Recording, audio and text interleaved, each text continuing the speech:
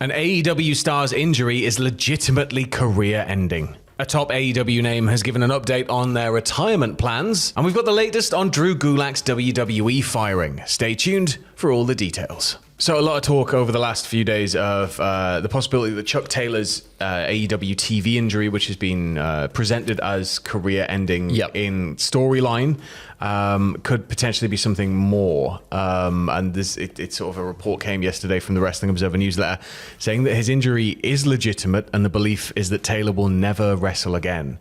Speaking on AEW TV, Excalibur said the nature of the fracture and the presence of necrosis of the bone in fragments underneath the cartilage, that the injury is likely because of this career ending. AEW left some wiggle room apparently on the chance that he can in future return, like Danielson, Copeland, and Christian Cage, who also return from major career setbacks. Yeah, for sure. Which it's horrible to hear. Like Chuck Taylor's somebody who it feels he really encapsulates the spirit of AEW. I think. Yeah. As a wrestler, as a performer, he's somebody who's done a lot all around the wrestling sphere, and particularly I was first introduced to his work in Japan, and just sort of watching that introduced me to a whole new world of wrestling. So it's just not what you want to hear. It just sucks because he's still he's still young. Yeah, like he's not an old guy. He's still performing at a level that you would expect of him, and where his placement is in the card and his experience in wrestling. And it looks like, this injury, necrosis of the bone, death of the bone, essentially, is going to write him out of competing in the future. Of course, he came back and he had that parking lot brawl with Trent the other week on Rampage, I believe it was. And that obviously he's come back. He's done that match with his actual best friend, despite the storyline reasoning. Yeah. If this is the end of the career for him, what a way to finish it with that match, and allowing to have Trent use it to get heat. Like, as much as it really, really sucks, Trent being the one to take him out. Yeah, it's got to be nice as real life friends. As real life friends, able to have that moment. For sure. But it's still at the same time, it's just horrible news. It's hopefully something can be done at some point. Maybe we can see Chuck Taylor back. Just sending our best out to him if this is indeed the case. But keeping it with AEW here, Adam Copeland, another sad news story here. Adam Copeland revealing how long he has left with AEW and sort of his retirement plans. Yeah, he says on Chris Van Vliet, he said about a year and a half is left remaining with AEW, and that he's trying to work with as many people as he can in the time remaining. He said, there's a lot of people I want to work with in that time, and I look at it already and I think it's 6 months in. I've been there and I think I'm close to 20 matches already. He, of course, had his 21st match, or will have his 21st match on Collision against Kyle O'Reilly, defending that TNT title in the Cope Open. But speaking about his second retirement, which is the next one to come, he's already had his first one. Copeland said that this will be his final one. Now, there'll be a third, wouldn't it? Has he? Well, he had a retirement at WWE. Yeah. First time. Back.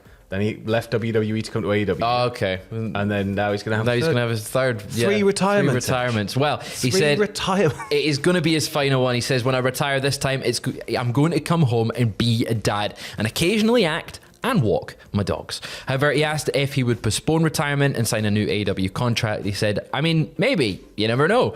If I can keep performing at a level, but more importantly, at a level I can feel proud of. I just don't want to get to the point where I'm really struggling and it's like pulling teeth to get it done.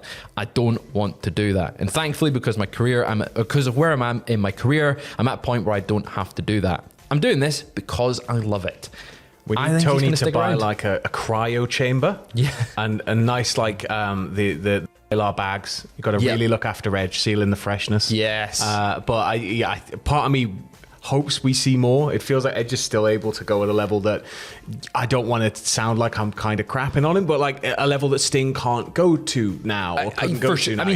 Sting's 14 years older than him. A lot older, and it's sort of, I think we sort of look at someone like Copeland and kind of go, oh well, it's getting there. It's almost time, and it's not really. There's potentially so much more depending on how happy he is in his health, right? Billy Gunn is still wrestling. Yeah, and he's over. He's like 80, and he's over. Yeah, no. So I do want to see Cope stick around. Yeah. But if he does want to retire and go home and be a dad and walk his dog and be in Percy Jackson, all props to him. And then he's on set. He's on set. He's done his thing. And then there's just this huge kerfuffle. And who's this turned up? Oh, it's The Rock. It's The Rock. Yeah, and of he course. comes back to WWE for 5 more years. Of course, yeah. He comes back for his retirement run. I think we're going to see a run with Christian as a tag team before we retire. Surely. We've got to see that. But the fact that he's open to postponing as a big edge head, it's huge, yeah. I want to see him stick around for as long as possible. 100%. It'd be absolutely class if he was too. Now, yesterday we were touching on the fact that we've got more UFC names potentially floating over toward WWE, and we raised the question of, well, is there anybody we could see jump the other way? Is there anybody we could see go from WWE into UFC, a la CM Punk, but under the deal and together and maybe not better. quite as getting pummeled? So we sort of sat and we were trying to have a think. But speaking with comicbook.com, Montes Ford said that he'd be interested in competing in the Octagon for UFC, and he claims that he told Nick Khan, I know you're doing all these crossovers, but if you need somebody to do another crossover and step into the Octagon, I'll be the guy. He said, I can throw hands with anybody here backstage, including this one, pointed at Angelo Dawkins. I don't get tired, unlike some people. I'm very motivated to do so. I'm ready, and if they want to do something in the Octagon, if they want to place me in a crossover event, WWE versus UFC, I'd gladly be that representation. Now, I don't know if we'd ever see WWE versus UFC. I don't think we will, because you'd have one person going in with a shoot fight, the other going in for a worked fight. Well, everybody'd have to work a shoot style, right? So you have to train people up. But I think there's something in that. There's something in, I think a collaborative, whoa, and seeing this thing happen. But I don't know if we'd ever get to the point where, or maybe we will, but it's going to take a while where you've just got a card. You have a super card show. Versus. But at the same time, I'm really interested in this. The idea that Montes Ford could go across, train up, get in the right position, and go for it. That's huge for WWE. It's going to be massive for the WWE fan base. For people like me who kind of like MMA, but don't really have a clue about what's going on, it's going to be a nice, easy sort of doorway. He's my guy. And kind of go, okay, I'm going to follow you, and I want to see you win. And, I can kind of follow and learn a lot about the sport, I guess, through it. But I wonder if MMA fans are going to kind of roll their eyes a bit. That's the thing. I think at the same time, the companies are in bed together now. I think they're going to want to do things that are beneficial. We're not going to see something like a brawl for all ever again from them, right? I think the MMA fans, particularly the UFC fans, would probably reject a lot of the WWE crossovers. Get them drunker and have Montes Ford win. Yeah, have Montes throw go the over. fight, right? Throw the first one. The real one will be the third one. We'll just throw the first one, get a weird dusty finish on the second, get both sides invested. And then Tez wins. I think he'd be quite good at it. I think he's got that natural charisma, athlete, as well, charisma, athletics. He's like a total. And UFC package. has been going the way of WWE for a while in the sense of the big characters are the ones that are the most popular. You look at Conor McGregor. You look at And in 20 years, when a book comes out and exposes it's all been a work the entire time, Tez fits perfectly in there. And having all this charisma that he's got, if he's saying he can fight, I trust him. I don't want to fight him. No. And as long as he does better than CM Punk, which I think already he's in much better shape. So all props to Tez. If Montes wants to do it, he's best mates with Bobby Lashley right now. So maybe Bobby can give him some tips. Literally. Oh man! And then maybe we could see Bobba go across. Bobba's maybe got a fight left in him. Yeah. Big Bobby boy. Still young, 47. Yeah. Well, we're going to finish things off with more news surrounding Drew Gulak's WWE release, or firing rather. Drew Gulak being recently fired from WWE.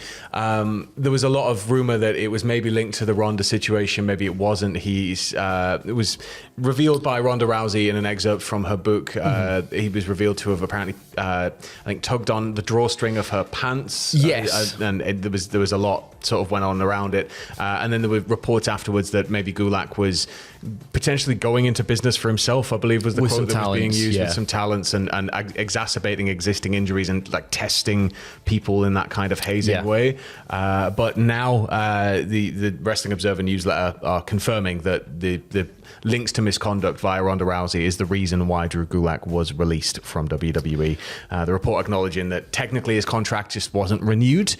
People within the company acknowledged that it was a result of that. And now Triple H said on the Backlash press conference very rudely towards a member of the media there about this, saying that, get your facts straight. He wasn't released from his contract. We just didn't renew it.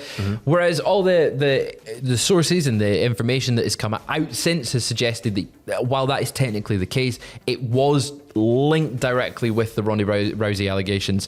Alongside this, one person with knowledge of the situation said that there was an undercurrent and that many more allegations may surface, but the Rousey's allegations were the original reason he was not coming back to TV, but it opened the floodgates. Sam, you referred to that there with him going into business for himself in certain matches. There's a video of himself dropping a fellow wrestler in NXT Level Up on their shoulder after they suffered a shoulder injury. There's a lot of things that seemingly have gone into this, but that seems to be the most confirmation we're going to get. Either way, I feel like there's probably going to be more comes out around this story. It does feel like more is coming out sort of week by week. So if anything does break regarding it, we will be back with more news potentially later on. But if not, have a lovely weekend. Keep it with us here through the weekend. We've got everything up on the channel. The podcast has just gone up there last night. It's a beefy one. We've got, I think there's a couple of lists coming out over the course of the weekend. And then right into next week, we're going to have all the news again for you. So just stick with us and we'll catch you in a bit.